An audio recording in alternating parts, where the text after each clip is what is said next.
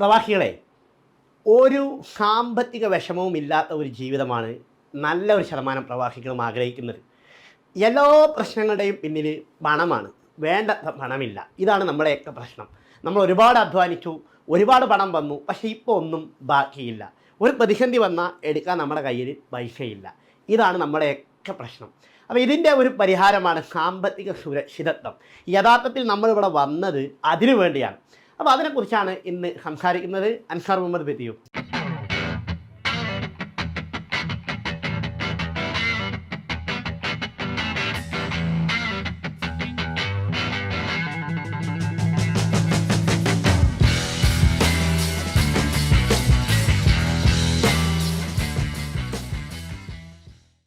സാമ്പത്തിക സുരക്ഷിതത്വമാണ് നമ്മളെല്ലാവരും ലക്ഷ്യം വെക്കേണ്ട പ്രധാനമായ ഒരു കാര്യം. കാരണം നമ്മുടെ ജീവിതത്തിൽ എന്ത് പ്രശ്നങ്ങൾ എടുത്ത് നോക്കുകയാണെങ്കിലും അവിടെയൊക്കെ സാമ്പത്തികമായ വിഷയം കടന്നു വരും. പണം ഒരു വില്ലനായിരിക്കും. എപ്പോഴും ഉള്ള ഒരു പ്രശ്നം പണമായിരിക്കും. അപ്പോൾ ഇതിനുള്ള ഒരു വഴി സാമ്പത്തിക സുരക്ഷിതത്വം ഉണ്ടാവുക എന്നുള്ളതാണ്. കാരണം ഇന്ന് മാത്രം കഴിഞ്ഞു പോയാൽ പോരല്ലോ. നമുക്കൊരു 5 വർഷം 10 വർഷമൊക്കെ കഴിഞ്ഞ് ഒരുപക്ഷെ നമുക്ക് അധ്വാനിക്കാൻ കഴിയാത്തൊരവസ്ഥ വരാം. അപ്പം ഈ ഒരു സാഹചര്യത്തിൽ നമുക്കൊരു വരുമാനം വേണം. അപ്പോൾ പല പ്രവാസികളും ആഗ്രഹിക്കുന്നതാണ്, എനിക്കൊരു പീടിക മുറി ഉണ്ടെങ്കിൽ അതിൽ നിന്ന് എന്തെങ്കിലും ഒരു വരുമാനം കിട്ടുകയാണെങ്കിൽ എനിക്ക് ജീവിക്കാൻ അത് മതിയല്ലോ, വളരെ സന്തോഷത്തോടു കൂടി ജീവിക്കാൻ അത് മതിയല്ലോ. ഇങ്ങനെയാണ് പല പ്രവാസികളും പറയുക. അപ്പോൾ ഈ സാമ്പത്തിക സുരക്ഷിതത്തിലേക്കുള്ള വഴികളാണ് ഞാൻ ഇന്ന് സംസാരിക്കുന്നത്. അപ്പം 2 ആഴ്ച മുമ്പ് ബഹ്റൈനിൽ ഒരു പ്രവാസി കൂട്ടായ്മയിൽ സംസാരിക്കാൻ വേണ്ടി പോയി. അപ്പോൾ അവിടെ ഈ പ്രോഗ്രാമെല്ലാം അറേഞ്ച് ചെയ്ത വ്യക്തി അദ്ദേഹത്തെക്കുറിച്ച് അദ്ദേഹത്തിൻ്റെ വീട്ടിൽ പോയി ഭക്ഷണം കഴിച്ച സമയത്ത് അദ്ദേഹവുമായി സംസാരിച്ചപ്പോൾ അദ്ദേഹം ഒരു റോൾ മോഡലാണ് പ്രവാസികൾക്ക് എന്നെനിക്ക് തോന്നി. അതുകൊണ്ടാണ് ആ ഒരു ആശയം ഇന്ന് നമ്മൾ പങ്കുവെക്കുന്നത്.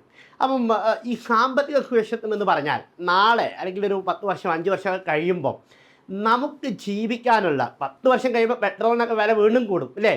അപ്പം ആ സമയത്ത് നമുക്ക് ജീവിക്കാനുള്ള വരുമാനം നമുക്ക് വേണം. അപ്പോൾ അതിന് നമ്മൾ ഇന്ന് അധ്വാനിച്ച് എന്തെങ്കിലുമൊക്കെ ബാക്കിയാക്കി അതെവിടെയെങ്കിലുമൊക്കെ ഒന്ന് ഇൻവെസ്റ്റ് ചെയ്ത് അതിൽ നിന്ന് വരുമാനം വരണം. അങ്ങനെ വരുമ്പം 5 10 15 വർഷം കഴിയുമ്പോഴേക്ക് നമുക്ക് എന്തെങ്കിലുമൊക്കെ വരുമാനമുണ്ടാകും. അപ്പോൾ നമുക്ക് സമാധാനമുണ്ടാകും, നമുക്ക് ടെൻഷൻ ഉണ്ടാവില്ല. കാരണം എന്ത് പ്രതിസന്ധി വന്നാലും പിടിച്ചു നിൽക്കാനുള്ള ഒരു കഴിവ് നമുക്കുണ്ടാവും. അപ്പോൾ ഇതിന് വേണ്ട ഒന്നാമത്തെ കാര്യമെന്ന് പറഞ്ഞാൽ നമുക്കൊരു ഗോൾ വേണമെന്നുള്ളതാണ്. ഫൈനാൻഷ്യൽ ഗോൾ വേണം. അപ്പോൾ നമുക്ക് എല്ലാത്തിനും നമുക്ക് ഗോളുണ്ട്. നമ്മുടെ വർക്കിന് നമ്മൾ ഗോളുണ്ട്.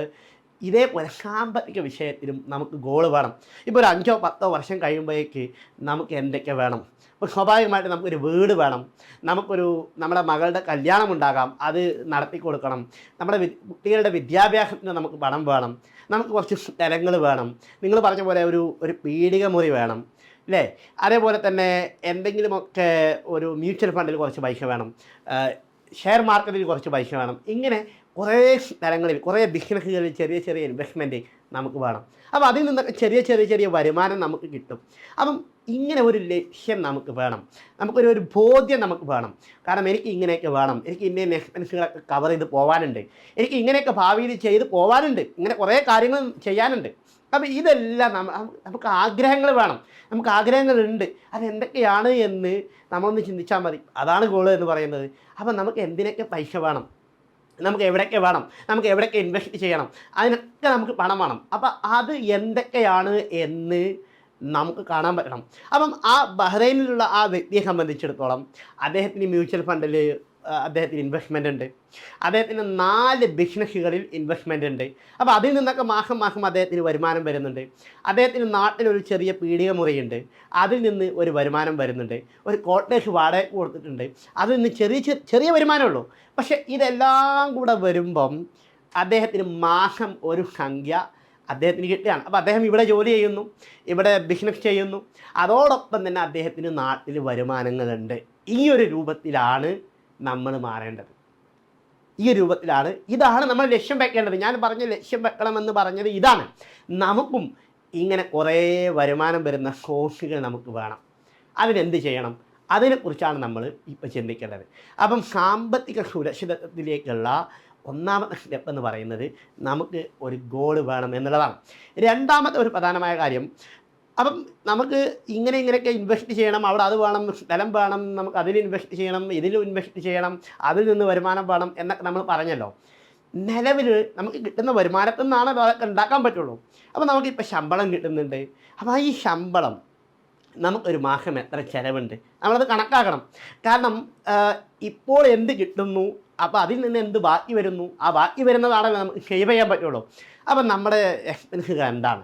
ഇവിടെ എനിക്ക് പ്രവാസിയാണെങ്കിൽ ഇപ്പോൾ സൗദിയിൽ നിൽക്കുന്നൊരു പ്രവാസി ഇവിടെ എനിക്ക് എത്ര ചിലവുണ്ട്, നാട്ടിൽ എനിക്ക് എത്ര ചിലവുണ്ട്.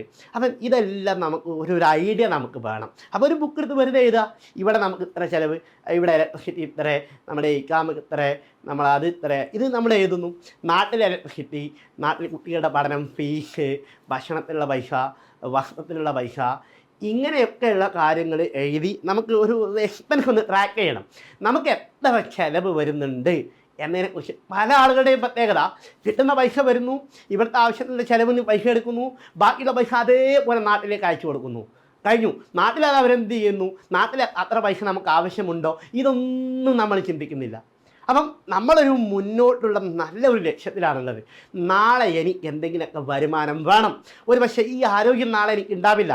അപ്പം എനിക്ക് ജീവിക്കാൻ സുരക്ഷിതമായ ഒരു വരുമാനം വേണം. അപ്പോൾ അതിനു വേണ്ടി ഇന്ന് നമുക്ക് ചിലവുകൾ എന്തുണ്ട് എന്നുള്ളതിനെക്കുറിച്ച് ഒരു ധാരണ ഉണ്ടാക്കുക, ഒരു ബഡ്ജറ്റിംഗ് ഉണ്ടാക്കുക. നമുക്ക് എത്ര, അപ്പം നമുക്ക് മനസ്സിലാവും, അപ്പോൾ ഈ ഒരു മാസം എനിക്ക് ഇവിടെ ഇത്ര പൈസ വേണം, നാട്ടിൽ ഇത്ര പൈസ വേണം. അപ്പോൾ നമുക്കൊരു ഐഡിയ കിട്ടിയല്ലോ. ഇതാണ് രണ്ടാമത്തെ സ്റ്റെപ്പ് എന്ന് പറയുന്നത്. മൂന്നാമത്തെ സ്റ്റെപ്പ് എന്ന് പറഞ്ഞാൽ കടമാണ് വലിയൊരു പ്രശ്നം. കടമില്ലാത്ത ആളുകളെ കാണാൻ കഴിയില്ല, അത്രമാത്രം. എല്ലാവർക്കും കടമുണ്ട്. ഇപ്പോൾ ഈ കടമുണ്ടാകുമ്പോൾ ഈ ടയറ് ഇടയ്ക്കിടയ്ക്ക് പഞ്ചറാകുന്നത് പോലെയാണ്. നമുക്ക് മുന്നോട്ട് പോകാൻ കഴിയില്ല, നമുക്ക് വിശ്വസിച്ച് മുന്നോട്ട് പോകാൻ പറ്റില്ല, നമുക്ക് നല്ല ഉഷാറായിട്ട് മുന്നോട്ട് പോകാൻ പറ്റില്ല. ഈ കടം എപ്പോഴും നമ്മളെ പിന്നോട്ട് വലിച്ചുകൊണ്ടേയിരിക്കും. വീടിന് ലോൺ എടുത്തിട്ട് 12 വർഷമായിട്ടും അടച്ചു തീരാത്ത പ്രവാസികളാണ്. കാരണം പലിശയിലേക്ക് തന്നെയാണ് കാര്യമായ എമൗണ്ടും പോകുന്നത്. അപ്പം കടം ഒരു വലിയ വിഷയമാണ്. അപ്പോൾ നമ്മളിങ്ങനെ നോക്കണം, കടം എടുത്ത് ഇങ്ങനെ നോക്കുന്നു. അപ്പോൾ അതിൽ നല്ല ഇൻട്രസ്റ്റുള്ള കടമുണ്ടാവും. ചിലപ്പം ലോൺ എടുത്തതാണെങ്കിൽ അത് പെട്ടെന്ന് വീട്ടാനുള്ള ഒരു പ്ലാൻ നമ്മൾ ഉണ്ടാക്കണം. നമുക്ക് കടമുണ്ടെങ്കിൽ ആ കടം നമുക്ക് എന്ന് തിരിച്ചു കൊടുക്കാൻ പറ്റുമെന്നതിനെക്കുറിച്ചൊരു പ്ലാൻ വേണം.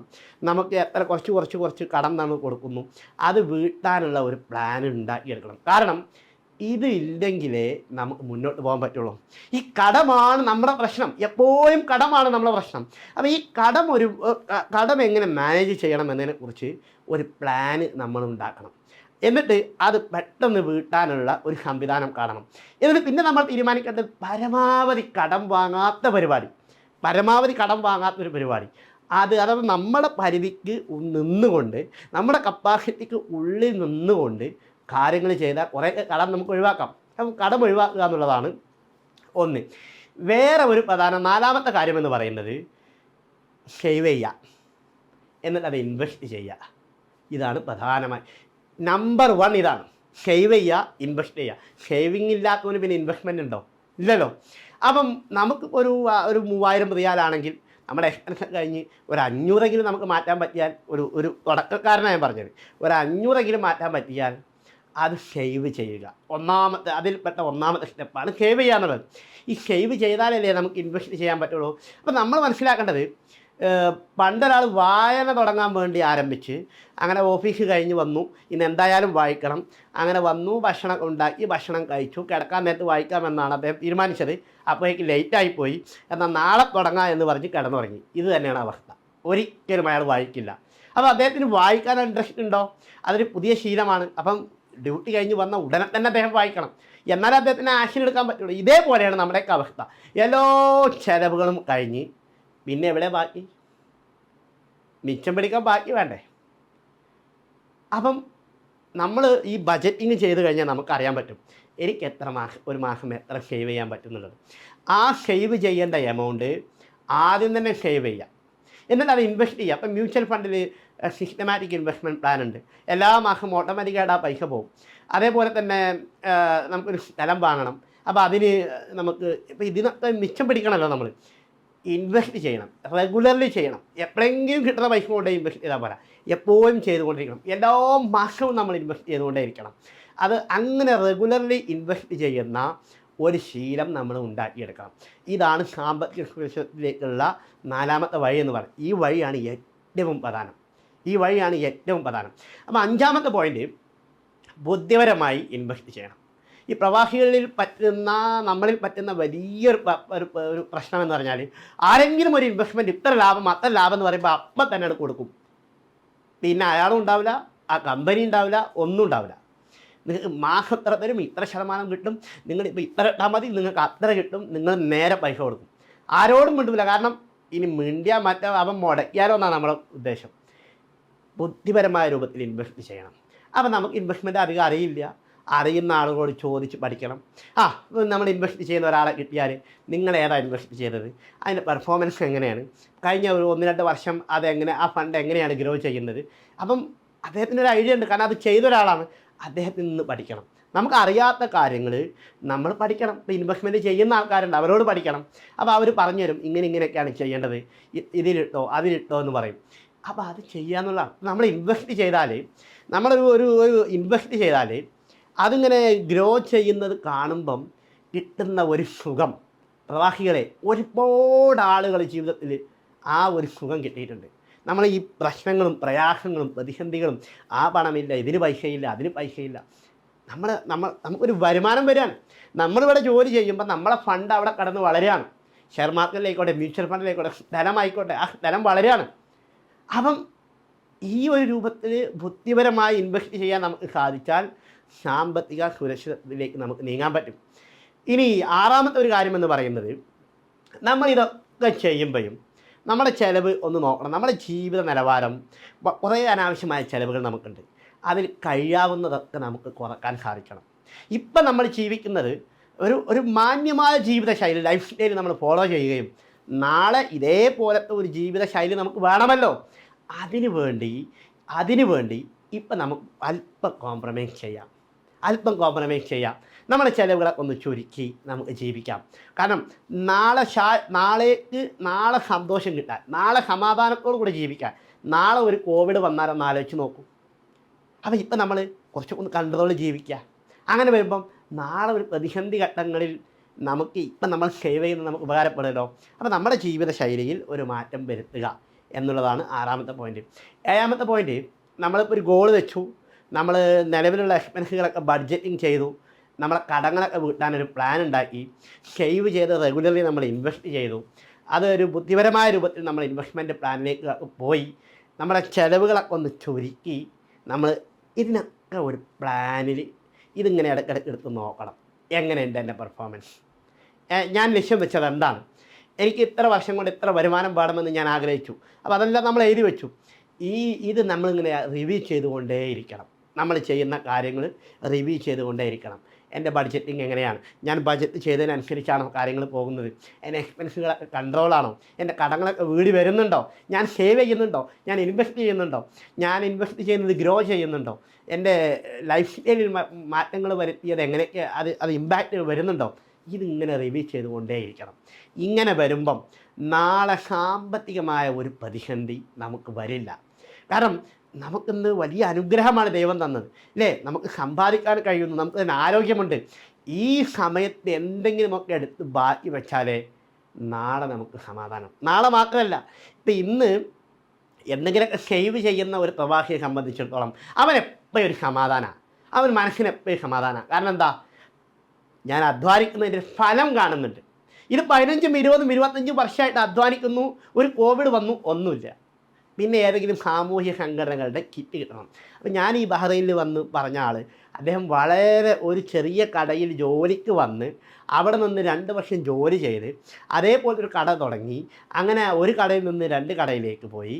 അങ്ങനെ കുറേ പ്രതിസന്ധികൾ വന്ന്, കോവിഡൊക്കെ വന്ന്, ഇതിൻ്റെ ഇടയിലൊക്കെ സേവ് ചെയ്താണ് അദ്ദേഹം ഉണ്ടാക്കിയത്. അപ്പോൾ അദ്ദേഹത്തിനൊരു വന്നപ്പോൾ തന്നെ അദ്ദേഹത്തിന് സാമ്പത്തികമായ ലക്ഷ്യം ഉണ്ടായിരുന്നു. ആ ലക്ഷ്യത്തിനനുസരിച്ച് അദ്ദേഹം ചെയ്തു. കടമുണ്ടായിരുന്നു, കടം അദ്ദേഹം പെട്ടെന്ന് വീട്ടി. ആ കടമുള്ള സമയത്ത് അദ്ദേഹം അനാവശ്യമായ ഒരു ചിലവിലേക്കും പോയില്ല, കിട്ടുന്നതൊക്കെ ഇൻവെസ്റ്റ് ചെയ്യാൻ ശ്രമിച്ചു. പിന്നെ അങ്ങനെ വളർന്ന് വന്നതാണ്. അതും അദ്ദേഹത്തിന് 25 വയസ്സിലാണ് അദ്ദേഹം വന്നത്. ഇപ്പം അദ്ദേഹത്തിന് 35 വയസ്സായി. ഇപ്പം അദ്ദേഹത്തിന് അത്യാവശ്യം വരുമാനങ്ങളൊക്കെ വന്നു തുടങ്ങുന്നു. അദ്ദേഹം പറയുന്നത് ഒരു 10 വർഷം കൂടെ വർക്ക് ചെയ്താൽ എനിക്കൊരു 10 വർഷം കഴിഞ്ഞ് ജീവിക്കാനുള്ള വരുമാനം എനിക്ക് ഉണ്ടാകുമെന്നുള്ളതാണ്. അപ്പം വന്നത് മുതലേ അദ്ദേഹത്തിന് സമാധാനമാണ്. കാരണം എന്താ, ഉള്ളതിൽ നിന്നൊരു ചെറിയ പങ്ക് സേവ് ചെയ്യുന്നുണ്ട്. അത് നമുക്ക് വലിയ മാനസിക പിന്തുണയാണ് നമുക്ക് നൽകുക. ടെൻഷൻ കുറയും, നമുക്ക് സന്തോഷം ഉണ്ടാവും, നമുക്കൊരു പ്രയാസം ഉണ്ടാവില്ല. നമ്മൾ അധ്വാനിക്കുന്നതിൻ്റെ ഫലം നമുക്ക് കാണാൻ പറ്റുന്നുണ്ട്. ഇങ്ങനെയൊക്കെ നമുക്ക് അത് കാണാൻ പറ്റും. അപ്പം ഞാൻ അവസാനിപ്പിക്കുന്നു. എല്ലാ പ്രവാസികളുടെയും ലക്ഷ്യം സാമ്പത്തിക സുരക്ഷിതത്വം ഉണ്ടാവുക എന്നുള്ളതാണ്. അപ്പോൾ അതിലേക്കുള്ള ഒരു വഴിയാണ് ഞാൻ പറഞ്ഞത്. ഇത് നമ്മുടെ ജീവിതത്തിൽ പകർത്തിയാൽ തീർച്ചയായും നമുക്ക് ജീവിതത്തിൽ വിജയിക്കാൻ പറ്റും. സാമ്പത്തികമായ ഒരു പ്രയാസവുമില്ലാതെ വരും കാല ജീവിതം നമുക്ക് മുന്നോട്ട് കൊണ്ടുപോകാൻ സാധിക്കും. അതിനുള്ള ആശയങ്ങളാണ് പങ്കുവച്ചത്. വീണ്ടും കാണാം. Thank you very much.